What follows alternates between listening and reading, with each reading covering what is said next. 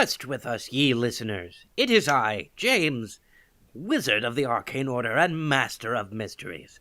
Behold as I guide our hero Nate to draw the sword of truthiness. Ah, sword. And behold as he uses it to cut down the evil grobluloid hordes of Samantha the Awesome. I'm coming back in the second book. This is Rocket Quest Radio. Hi, guys. Hi. What was the name of the enemies that I summoned exactly? Could you repeat that word? Gobroloid. It's one of those words that works better on paper than it does in my mouth. Mm-hmm. Yeah. Like most fantasy names? Yes, much like most fantasy names.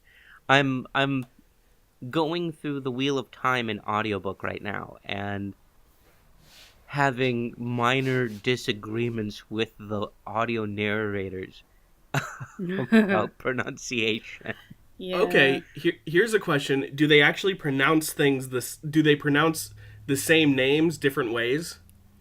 Yes, they're... Okay. Because there's the male narrator for the male POVs, and then the female narrator for the female POVs. And Yes. they definitely, both of them, pronounce names and words and places differently. Ooh, that would really get under my skin. I wouldn't be able to deal with that. It's kind of getting on, but, I mean, it's also, like, helping to elucidate some words that I had trouble with reading these books as a younger man. Yeah. Yeah, so I recently finally finished The Way of Kings, the first book in the what is it called? The Stormlight Archive? Yeah. Series by Brandon Sanderson. Yeah, you're getting your Sanderson on. Yeah, and so it's narrated by Kate Redding and Michael Kramer. Yeah, those are the same guys that do The Wheel of Time.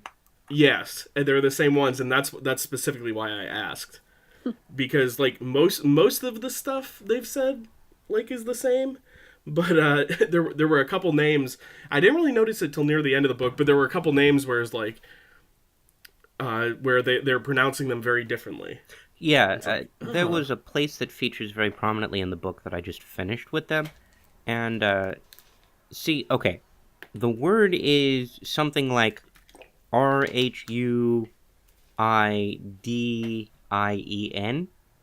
and she pronounced it Ruidian, and he took a little bit more of a, I don't know, I guess it's a Celtic approach to the pronunciation of the name, and he pronounced it Roidion, which was interesting.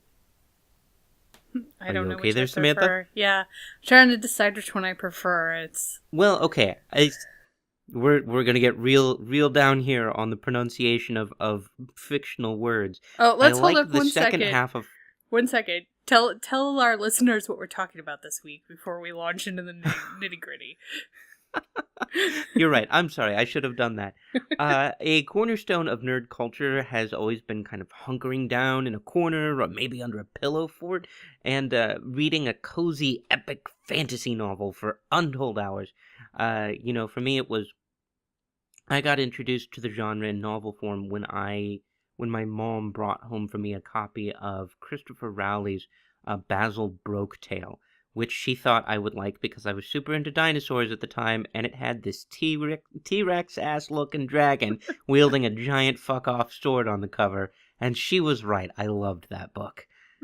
And that was kind of my epic fantasy downfall. But, so, whether it's classic Tolkien or maybe Margaret Weiss in the D&D books, a lot of us in nerd culture have really fond memories of hundreds pages tomes of sword-slinging joy. So I thought today I'd just kind of get us together and chat about fantasy novels, I'm in a mood. I'm feeling nostalgic for them. Okay, now tell me about the word that you were going to tell me about. Okay. For me as a kid, it was always Rhuidian. Right. But also, I was bad at pronouncing things back then. That sounds right, though. It sounds like a thing. How is it spelled again? Let me look up the official spelling. This is riveting podcasting, but I'm actually really interested in this. Okay. Here we go. Ruidian from the Wheel of Time wiki. It is spelled Rhuidean.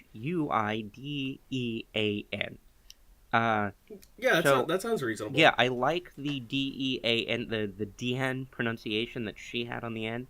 However, I really like his more like, Celtic sounding, the way that he pronounced the Rhui. Yeah, see, fantasy words and fantasy names, like, sometimes they really, really stick with me and, like, get lodged in my brain forever, and some just, like, flow directly out of me and I will never remember them again, like Thedas, for instance. Which stands for... The Dragon Age setting. Yeah. Right. So... No, but this, yeah. I don't know. I mean, with Robert Jordan's work specifically, it's always been kind of a grab bag for me. Some of his words I really latched onto, and some of them I thought were really dumb. Mm-hmm. And it was only later that I started to realize that, in particular, like, some of the bad guys in the series, this group of evil magic users called the Forsaken, they took on names for themselves that were all sorts of evil things in the old tongue. And it started to occur to me later on that, I knew that some of the names had kind of almost a biblical sound to them, but it started to occur to me that I was mispronouncing the ones that did not have a biblical sound to them, because they're fucking all supposed to sound fucking biblical. I'm sorry, you just mispronounced. Yeah, I mispronounced. Isn't that great? Please don't edit that out. I won't. I liked it a lot. Anyway, yeah, no, I Why think is hyphenated not hyphenated? Why is non-hyphenated hyphenated? When I was a kid, I think the first fantasy novels that I really ran into, and I guess you guys can kind of debate whether or not they are, but were the not Wheel of Time. Yeah, you bounced off of those. Yeah, Wrinkle in Time, Wind in the Door, those, like, that series of books, who now I can't remember the name of the author. Madeleine L'Engle? Is that right? I think that's right. I believe so, yes. And I... Yeah, that was L'Engle. Did either of you ever read those? No, I never did. Weren't those more, like, sci-fi-ish? Yes? Kinda. I don't know. Like, I feel like it wasn't very science-y science fiction. So, like, I would say honestly that if she were writing those books today, they'd probably be urban fantasy, even though like that is not even really the thing either, because they're traveling, like, through dimensions and through time and, like, to other planets, but it's also like they're doing it with 3 witches, like, an angel comes at one point, they travel back to the biblical age. Like, none of these books really have, like, a strong science foundation to them. It was the Wild West. We were still figuring out what we were doing. Yeah. I think, in many ways, actually, I think for that reason, genre fiction was actually kind of a little bit more exciting towards the middle and the middle later half of the century, the last century. I really like 70s science fiction. I think it's fun to read. I think it's speculative in a way that science fiction nowadays has a tendency not to be. And I think I may have mentioned this before on the show, but, like, I feel like science fiction got codified in the early 2000s. Like, yeah, The Matrix kind of, like, codified what science fiction looks like, and now, when we see something that differs from that, I think that's partially why Firefly was so, these are not books, but you know what I'm talking about. Like, the look of it was so different because it was more Western-y instead of, that Blade Runner look. Oh, man, I had a roommate in college who just hated Firefly because it didn't look like a sci-fi series. But don't you think that that's sort of, like, tedious? We're getting off track from fantasy, but I think it's... I felt like it. I think that having the codified... Like, I also think, though, that fantasy had the same treatment when Peter Jackson started making the Lord of the Rings trilogy. Because I feel every fantasy movie subsequent to that has been trying to have that look. So, okay, prior to that, there was this general uniform look to fantasy novels that had been the case from the 80s through even into the mid-2000s. And a lot of this, I think, I call this kind of the Daryl Sweet look of epic and high fantasy. Daryl Sweet was an artist who, you know, I'm sure he was a great guy. His covers were terrible. And, no, I mean just awful. He did the covers for one of my most beloved series. He did the covers for Wheel of Time. As well as many other classic high fantasy novels that were running between the 80s and the 90s. Those early Wheel of Time books were egregiously unattractive. They're just terrible. They're just awful. They're very bad. But I mean, it's like, you know, it's the pseudo-Renaissance, like big puffy sleeves, like gigantic collars, the turn-down buckle boots, that just, you know, there was a codification of fantasy that existed prior to Peter Jackson. And Peter Jackson, I think, he tapped into a lot of the artwork that was already surrounding Tolkien and managed to turn that into a moving medium. But honestly, I disagree with you that he I think fantasy now, there is more variety in what is going on in fantasy now in 2017, and has been the case since probably 2005, 2006, than we had in the 30 years prior to that. Like, you know, what medium are you talking about? Well, I think specifically any medium in fantasy, like if we're talking movies, we're talking books, we're talking like artwork, that sort of thing.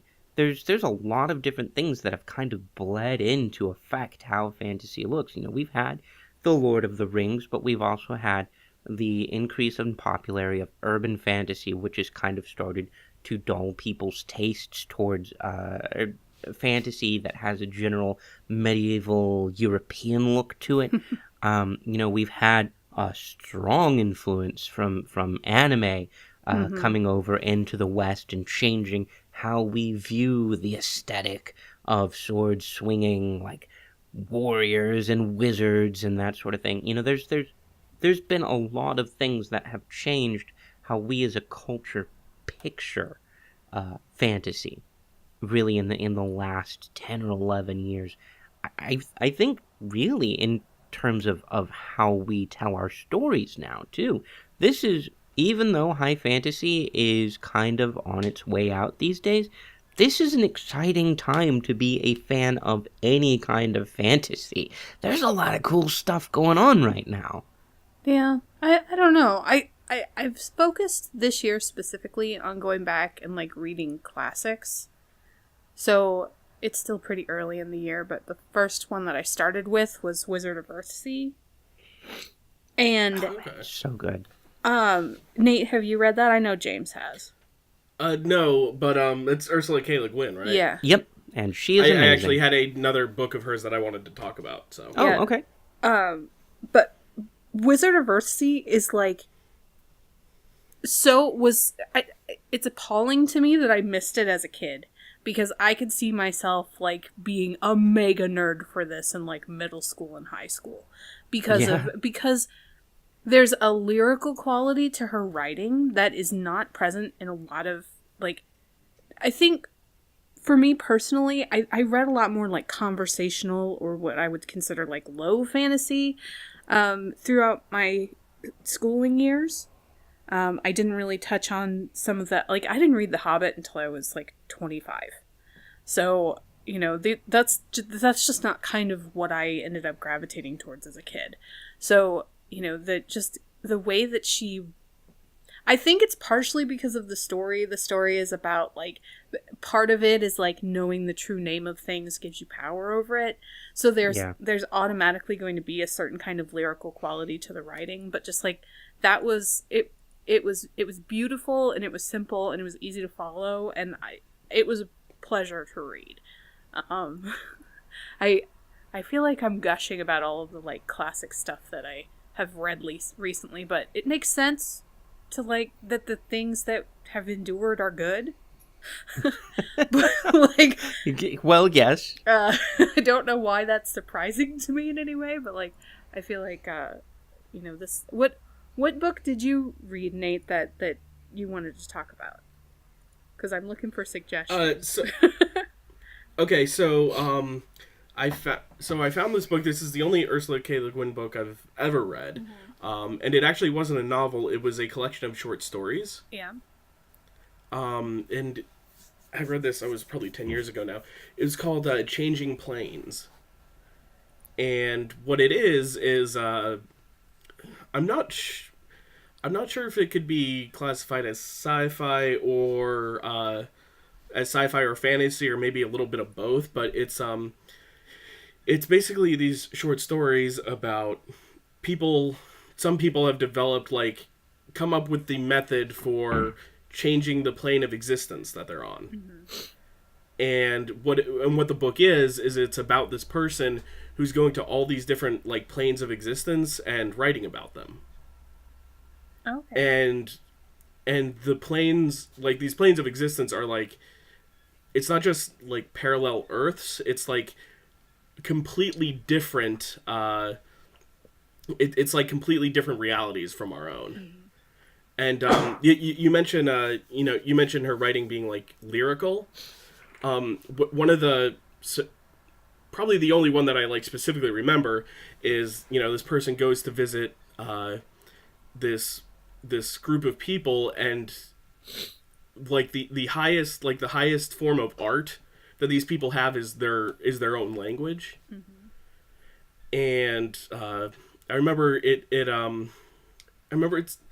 she said something along the lines of, it was, how is in English, or most languages on Earth that anyone's familiar with, the more words you put into a sentence, the more it limits what the next words can be. Yeah. Right? So, like, in order for the sentence to make sense, anyways. Mm-hmm. And so there was this like species of people, like, that the more words they put into a sentence, the more varied it could become. I'm not explaining it well. I'm not doing it justice. This was a long time ago I read this. But it was a really fascinating look at just, at just, like, all these different, like, potential cultures that were so different from human cultures. Yeah, she seems to have been a wildly imaginative person. Like, oh yeah, absolutely. And she had ways of thinking that did not become really commonplace until really the last decade or so, the so-called woke culture. Her emphasis on, writing about women, the way that she thinks about race, a lot of that stuff.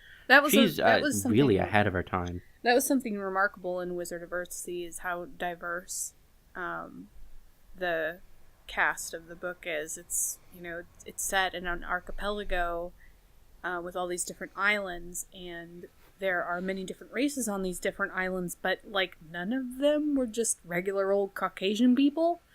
But also there isn't, other than a slight language barrier between them, there wasn't, like, a real race that was the one and then the others were other. And I think that's also kind of fascinating, and I am not sure if there is a place on Earth that is the case, because there is, that's something that I think everybody does it in their writing, even if they're writing fantasy, with people who are not human and could be totally different from us. There's always, the one that is the normal one, and then all of the others. And I think it's fascinating how she never made that a thing.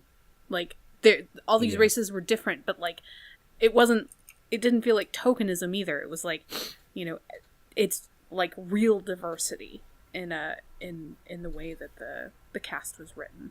And I think that that was deliberate. I think that was something she was doing on purpose. So yeah, I don't know. I was really impressed with that. It's like, that book's like 140 pages. It is really, really short. Yeah, but it covers so much. It does. It's hilarious because I was saying this to you, James, while I was reading it, but I think I'm going to mention it on the show, that last year I read Name of the Wind by Patrick Rothfuss, and so many of the story beats in Name of the Wind are present in Wizard of Earthsea. Like, so much of what happens to Kvothe is the same thing that happens to Ged. And, like, I don't think that there's, like, a copying thing necessarily, but you know how, Nate, you were saying that the more words you put in a sentence, the less places it can go? I feel like Patrick Rothfuss is really like, I'm gonna write this same book, but I'm gonna write it 7 times as long. Because there's so much about Ged's story that parallels parts of Kvothe's story. It's just remarkable to me. It was funny to read. It's like seeing something derivative first, and I don't say derivative in a negative way, because obviously I'm a big fan of Name of the Wind. So, like, I have no problems. He has a unique and needed voice in this world, but it's just, you can tell that was an inspiration for him. Like, that's part of his mental makeup. Yeah, he's got a lot of obvious inspirations. You read another prominent fantasy artist that he is a big fan of this year that you were not a big fan of necessarily. Oh yeah, Peter S. Beagle. But the book that I read was not a fantasy book. It was a bad book. It was a bad book that I left a scathing review for on Goodreads. Oh no! Damn. He's a classic. He's like a really nice guy. I met him at a convention one time. He's super nice. Yeah. When? Chicago Comic-Con. He was there, and he was there with us. Super nice. But he wrote a bad book, and I wrote a bad review of it. And honestly, I wasn't the only one. There were lots of bad reviews in that book because it was bad. Don't read it. Like, I was viscerally angry at the end of it, if that makes any sense. No, I get it. Yeah, no, that's what Gone Girl did to me. Also you. Yeah, but, like, Gone Girl had a point, and even though I hated it, I still, like, respected it for being a complete story, and I didn't think this one was a complete story. But yeah. Anyway, I'm still gonna read The Last Unicorn this year. It's on my list. Do it. You should do it. I'm gonna do it, and then hopefully I can leave a nice review. But yeah, I don't know. I've been thinking about fantasy writers. My husband just started reading my very, very favorite series of books from when I was a kid, and I'm like on tenterhooks I want him to love it as much as it's not possible. It's not ever going to reach him same way it reached me when I was like 13, because he's not a 13-year-old girl. But nor has he ever been. No, he's never been one. But he's reading the Alana series by Tamara Pierce, and okay. Tamara Pierce was like instrumental in my middle school taste years, just ridiculously important to me and how I grew up. Tamara Pierce was for you, I think, in terms of your emotional and moral development as a person, she was to you what Brian Jakes was to me. Yeah, I think so. Speaking of fantasy artists or authors, but I think Tamara Pierce might be a little bit more like feminist progressive than Brian Jakes was. Oh, she absolutely is. She absolutely is. Like, okay, Jakes wrote his share of female heroines, and in fact, one of his most popular was a woman, but, like, I'm not going to sit here and pretend that he was any kind of great, like, preacher of equality between the genders. I mean, he had some troubling, potentially I hope, unintentional, like, commentary about the racists. So, I'm not going to sit here and try to blow farts in your direction about what kind of a feminist hero he was. Yeah, she had a lot to do with how I approached relationships, even. Nate, are you familiar at all with Tamara Pierce? I've heard the name, but haven't read anything. Well, she friended me on Facebook, like, when I first got my Facebook, and I was, like, on the moon, because she's been my favorite author since I was, in middle school. Oh, wow. And the problem was that she's a sweet old lady that didn't know how to deal with Facebook. Oh, no, she's pretty savvy at Facebook, but she posts a lot of political stuff.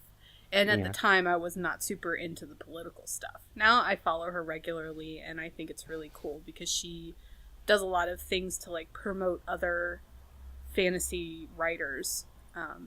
She's pretty supportive of the community. So, but her books are about girls, but they're about girls who want to do big things, or who end up doing big things just because that's how life sometimes is. And, John, I'm going to say a spoiler because it's important, but don't listen to this part because you're still reading these books. But, what?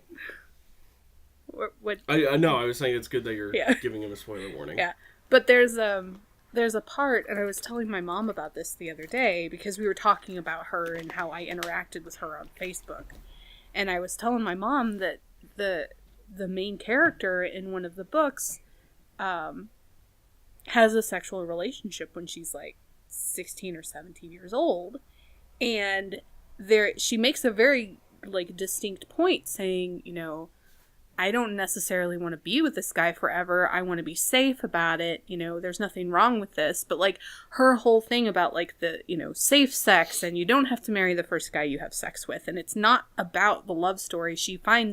Eventually she finds that she wants to marry somebody, but it's somebody who's going to let her continue to do her job and let her, be a person before she's a woman. And I think that those things were really instrumental in, like, my developmental years of giving me a good picture of, like, you don't have to, it's not a love story. It wasn't Twilight.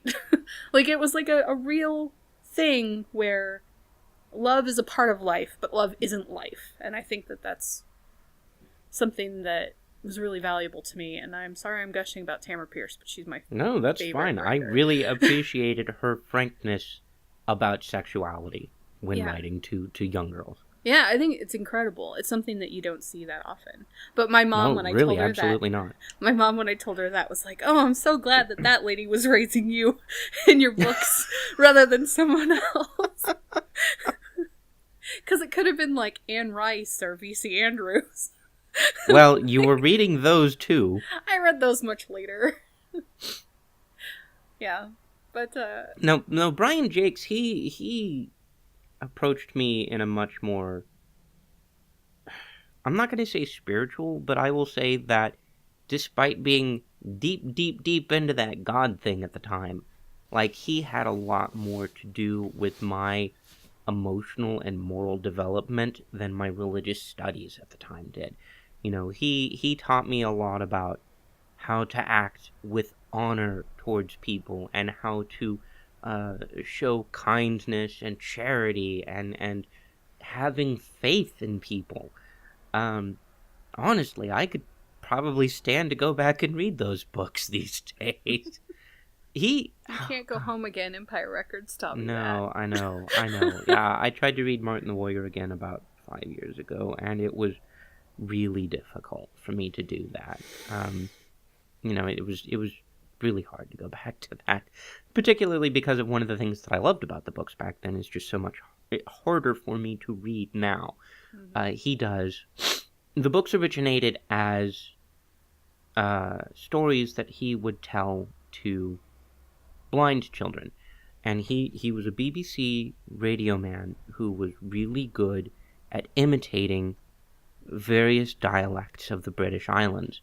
And so in his stories that he would tell these kids, each of the different little woodland races would talk with a different British dialect. The moles spoke with a Cockney, and the mice spoke with a proper, Like the Hares spoke with that kind of like, I say, good day, sir.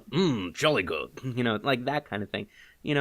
And he would phonetically spell the curiosities about the way that they talked into the dialect was written out verbatim, which I've really come to learn as a writer is really kind of a bad technique. Especially going back to read it as an adult, it was a little grating on the eyes, which was a huge disappointment to me. It became a barrier to my reading, which was super disappointing to me. But I'm still going to read these as a kid, or I'm still going to read these to my children. Nate, what was your fantasy gateway drug?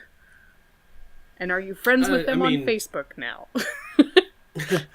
No, and but also I'd say I don't necessarily have a book that really got me into fantasy because I was always much more into science fiction growing up, and I was really into Star Wars, which I guess is science fantasy almost. Yeah, I would call that like paladins. I don't think James space. likes that term. I think that it's a good nerd.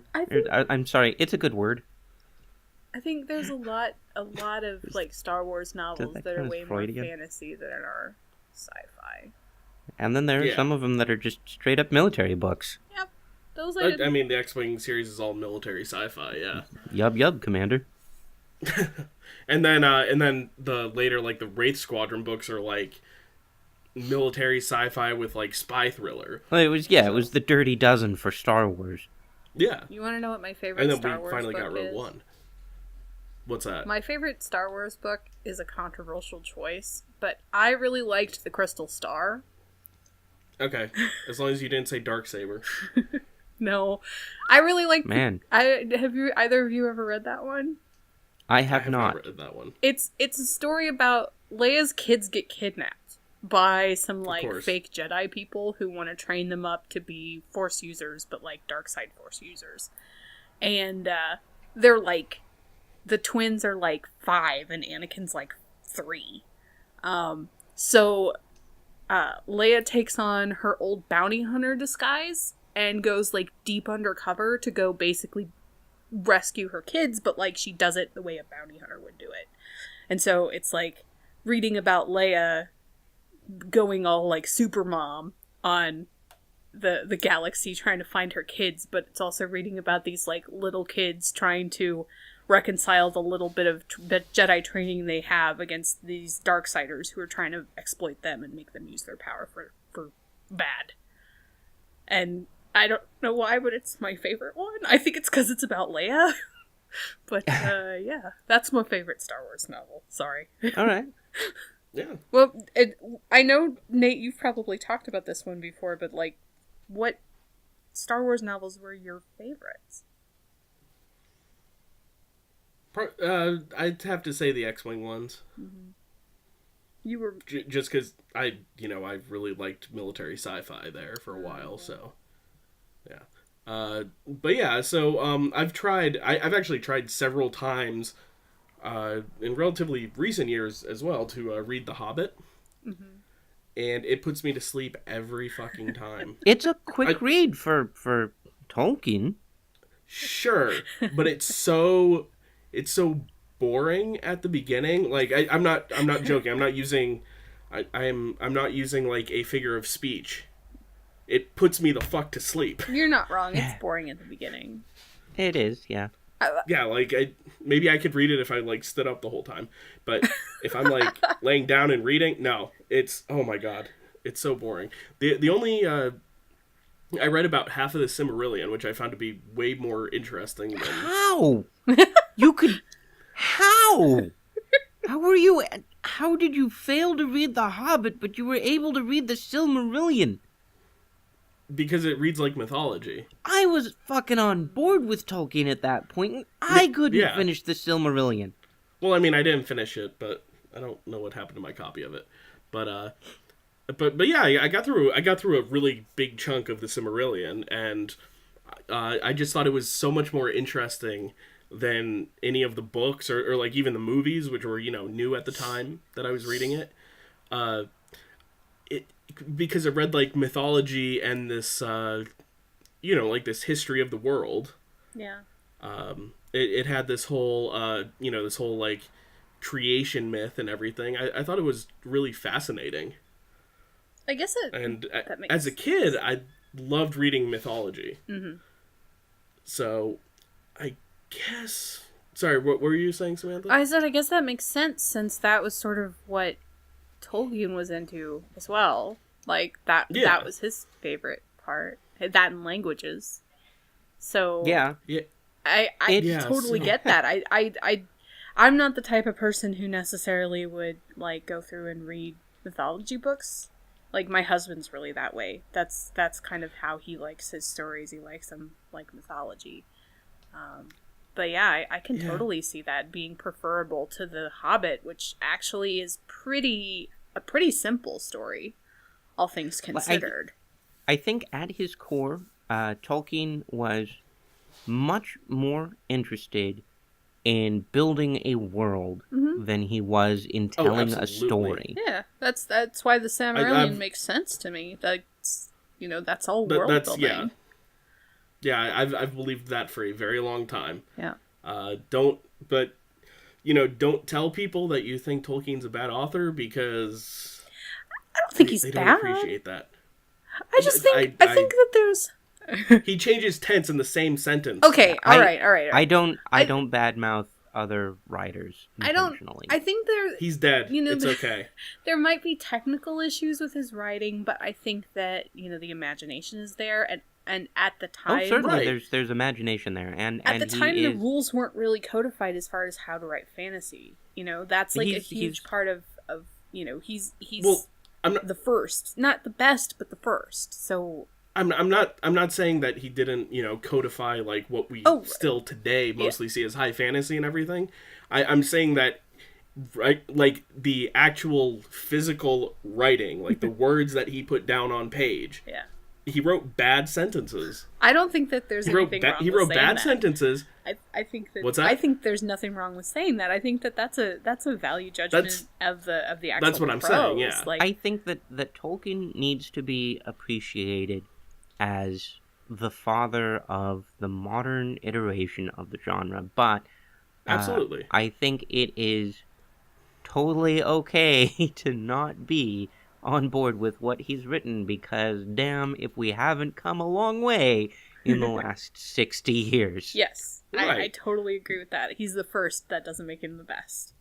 Not even in fantasy if I wrote sentences books, like that, but not even in fantasy books, we have learned so much more about how to tell a story. I mean, even beyond just the simple fact that tastes in writing change. Yeah. It's. I was lamenting to another writer just today that the long paragraphs of descriptive text that I love so much are deeply out of vogue anymore.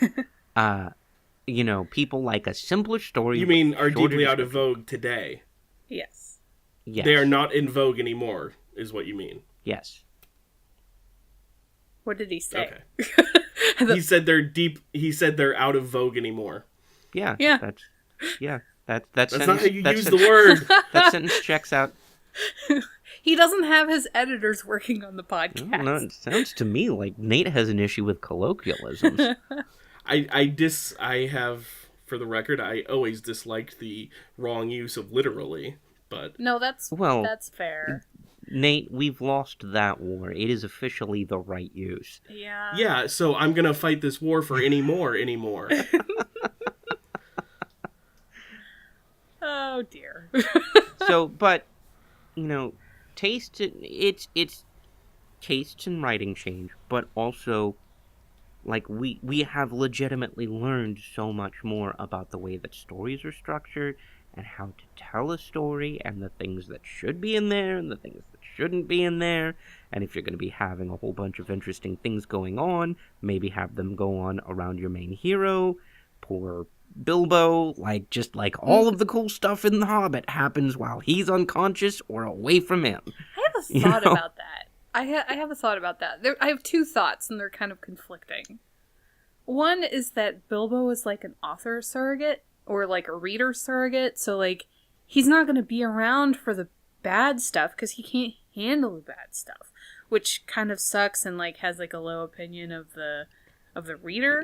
Or it could just be that Tolkien wasn't super interested in writing those technical scenes of like battles and stuff, so he just had Bilbo be asleep because it was easier to just sort of describe it rather than make it happen as an action scene.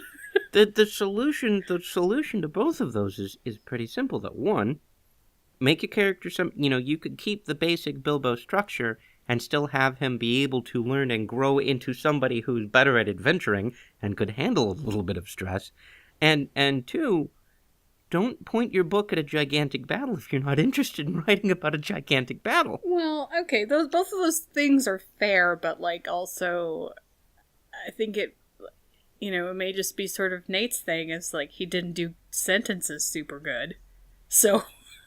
Like I said, we've come a long way in terms of storytelling. I feel weird that this podcast became a let's bash on Tolkien thing. That's weird.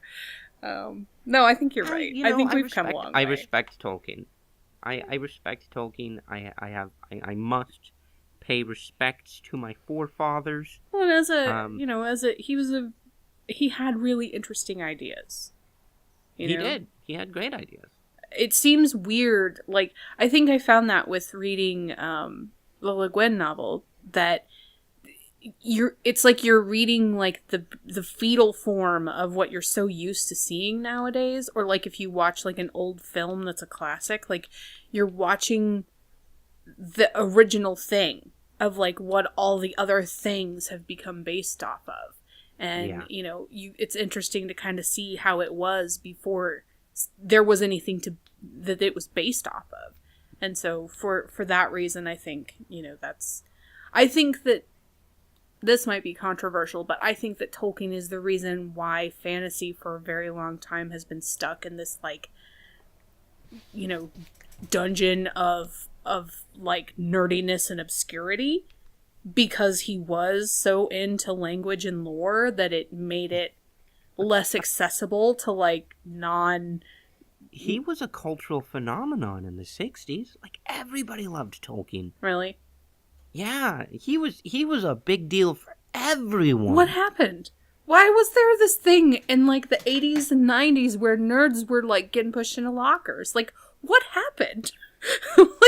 Couldn't tell you. It's like, and it's funny to me because everybody complains. This is a totally different tangent, but it's funny when everyone's like, "Oh, everybody's a nerd now," or "No, that's our stuff. You don't get to do those things."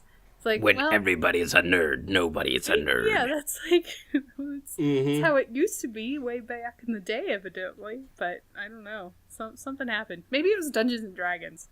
That's probably it. Let's play Dungeons and Dragons. That's the reason why. I think that's the reason why probably two part generations of nerds got pushed into lockers. I suspect that some of the cultural panic surrounding Dungeons and Dragons contributed to an extent. Have you ever looked into any of that? That's pretty fascinating stuff. It is. Have you read the chick tract about it? Yes. Yeah, I have. Did you know they made a movie, Nate, based on the chick tract? Was it the one with Tom Hanks? No. Yeah, no, that wasn't based on the chick tract. That was based on a book. Oh. Okay. There's actually a Dark Dungeons movie. Yeah, it came out in last year. Wait, what? It was a Kickstarter project, wasn't it? Yeah. It was like sort of an independent film along the lines of like that. What's the Punch Kick one? I can't remember the one that's on Netflix. No, it's the action movie one that's on Netflix. Hardcore Henry? No, that was also a Kickstarter, wasn't it? It was. Yeah, I believe, yes. Oh, you mean Kung Fury? Yes, it's sort of along the lines of Kung Fury, and it's not quite that tone, but it's kind of bad, and also it's like a loving parody. Kung Fury was amazing. You're wrong, but we're allowed to disagree. It's like a loving parody. So, I think it's interesting though, because from what I've seen about it, they play it pretty straight. Yeah. So they put all the things in there. It's just dumb because it's dumb because the source material is dumb. Have you ever found a chick tract on your car? I sure have. That was a... Yeah. Oh. It's true. I sure have. They're really... I don't live in the Bible Belt. No, I guess you don't you? Oh. But no. But I did read them, like, I read them online and stuff. And every time I see a stack of them at a convention, I throw them in the trash. Because Chick tracts are really expensive. Maybe that makes me a bad person, but Chick was a really bad person. No, fuck it. Those things are... Those things are one bad day away from being hate speech. I'd argue that some of them aren't that far away from it. I would agree or with that some of them are. Yeah. Actually hate speech. Yeah, especially some of the older ones. They don't get away with it as much anymore. Especially if you're Catholic. Yep. Yeah. You know what? I just remembered speaking of Catholicism, I just remembered the other fantasy novels that I read a lot as a kid. I read the Transitions. Yeah, the Lion, the Witch, and the Wardrobe books. Oh, yeah. I read a ton of those. Well, I can't say I read a ton of them. I read it until the Dawn Treader, and then they got boring, and I stopped reading them. So I didn't get to the point... I stopped there, too. Yeah, it was boring. The Dawn Treader was boring. They fell off. I thought it was just me. No. I guess if C.S. Lewis counts as just fantasy, I read his more sci-fi series. Yeah, those were cool. Mars ones? Yeah, Out of the Silent Planet, and then Paralandra. I really liked There was a third those. one I never read. Paralandra was incredible, though. Yeah, I really liked those. I didn't read them. I listened to a BBC reading of them, essentially. Okay. Which, if you can find it online, is great, because it's like voice acted, but all of the prose is read out as well. It was very good. But, yeah. I don't know. I do have a problem with C.S. Lewis's whole, she likes makeup and boys, so she can't have magic anymore. Like, yeah, there is always the problem of Susan. Yeah, fuck that. Wait, what? That in later books, so everyone else gets saved except for Susan. The eldest sister doesn't get to go back to Narnia because she decided that she likes makeup and boys. Yeah. So she doesn't get to have magic anymore. That's bullshit. and appalling, and I never read to that point in the books, but like I know that that's a thing. I think if you haven't read any of those books, the most interesting one is The Magician's Nephew. Yes. That's the only of the actual books that I've read. Yeah, I don't think good. You've read the good one. I guess makes it the second book now that we're talking about that involves going between different planes of existence. I'm into that though. Cool. That's those guys, kind of pioneered that fantasy trope. Yep. Yeah, and if you like that kind of trope, then I definitely suggest the A Wrinkle in Time. That is what that book is about.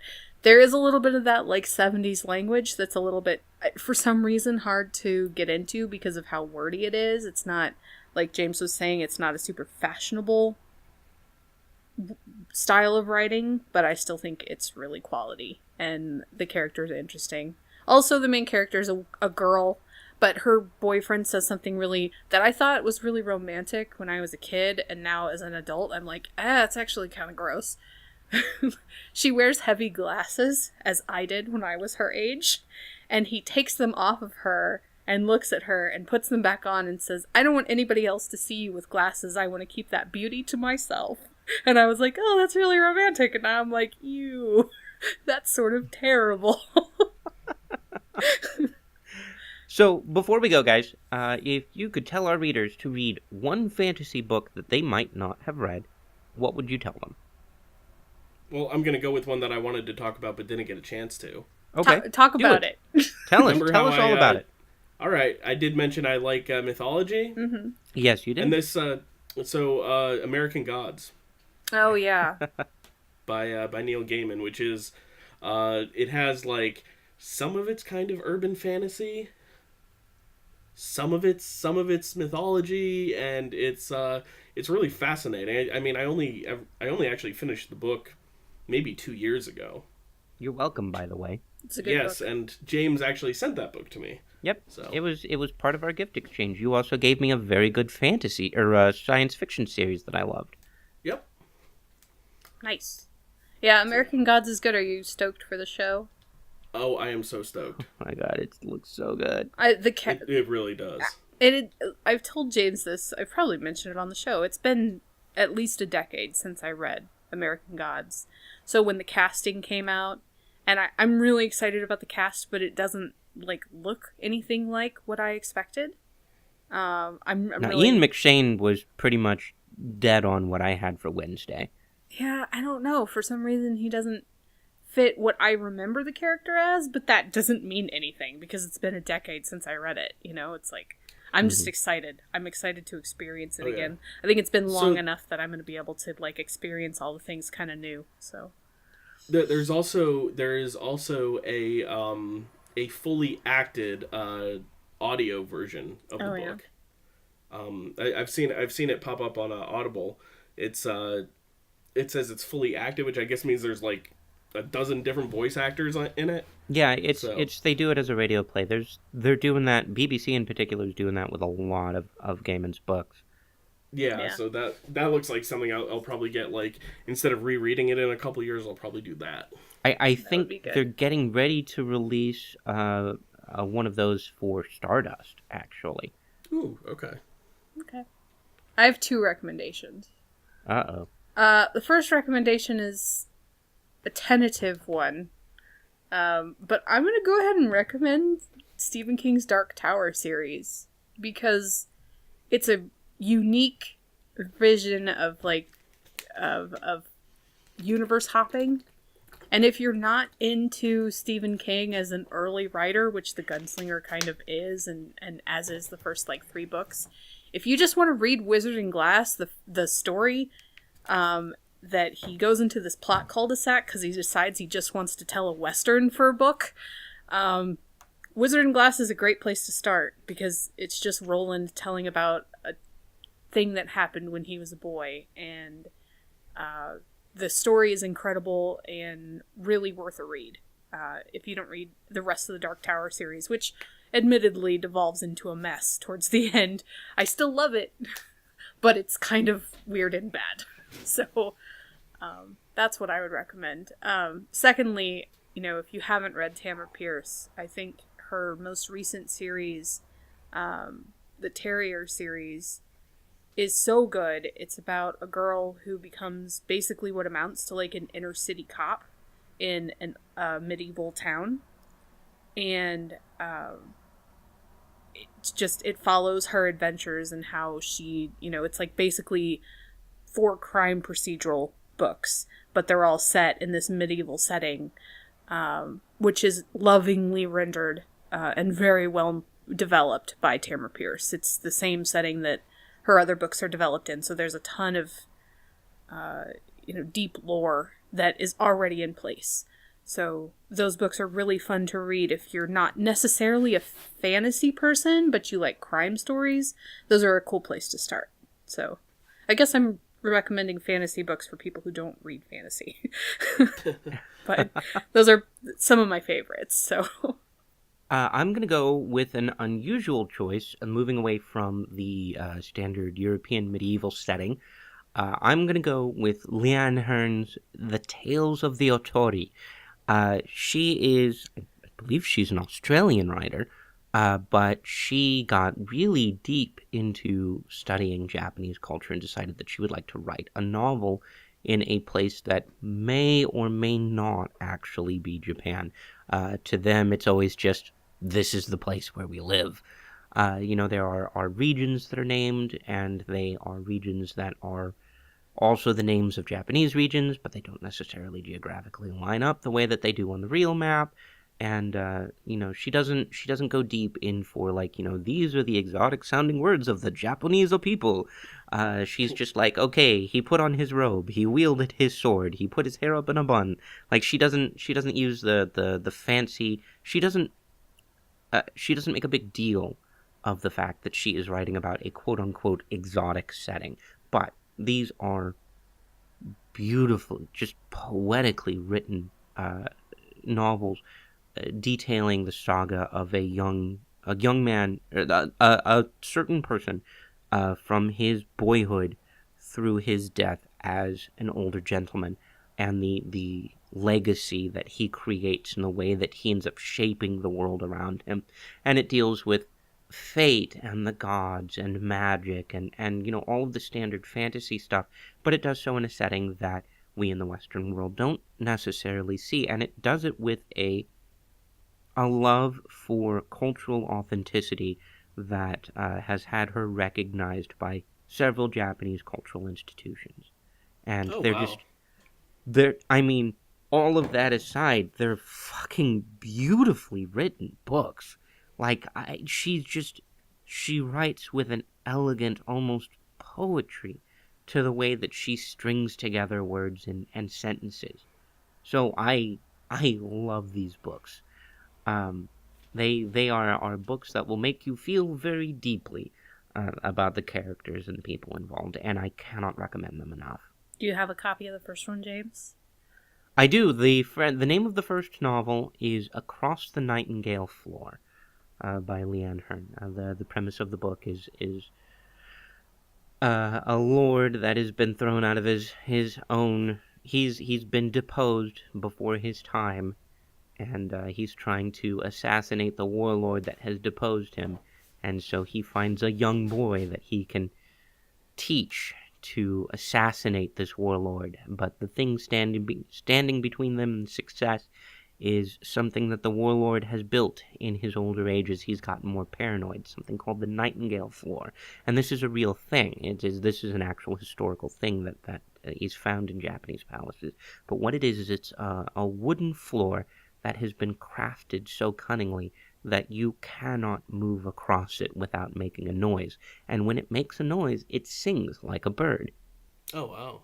He has to learn how to move across this floor silently in order to catch this warlord unawares and hopefully assassinate him. Well, do you want to loan it to me, James? I'll put it on my list. You really? I feel like I've loaned it to you before. No, you've tried to get me to read it for years, but you've never loaned it to me before. Okay, all right, yeah, I will loan it to you. I will happily loan it to you. I love this book. Okay. And it's got you'll love this, Samantha. It is very, very good about powerful and empowered females in the series. Okay. You don't have to call them females. You could call them women. It's cool. Yeah. Females, the other half of the species. Yeah.